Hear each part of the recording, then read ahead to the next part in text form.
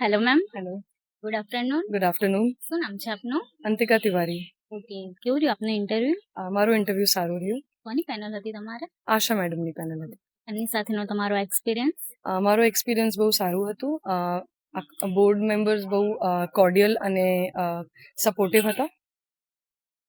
કેવા ક્વેશ્ચન કર્યા હતા તમને? મેજર ક્વેશ્ચન્સ મારા જોબ બેસિસ પર હતું, જે મેં ઓલરેડી જોબ કરતા હતા. એના સિવાય મને મારા ગ્રેજ્યુએશન ઉપર બી ક્વેશ્ચન્સ કર્યા અને હોબી ઉપર બી ક્વેશ્ચન્સ કર્યા હતા છેલ્લે. અને હોબીનેથી આપણે જે શીખીએ આપણે નોર્મલ લાઈફમાં કેવી રીતે કે આપણી જોબમાં કેવી રીતે અપ્લાય કરીએ. તમારું એજ્યુકેશન બેકગ્રાઉન્ડ શું છે? મારું ગ્રેજ્યુએશન ઇન બીએસસી માઇક્રોબાયોલોજી છે.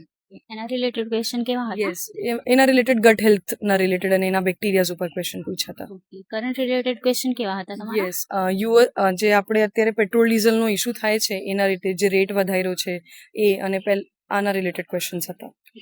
કેટલા મિનિટ ચાલ્યું હતું ઇન્ટરવ્યુ તમારું? 15 to 20 મિનિટ્સ.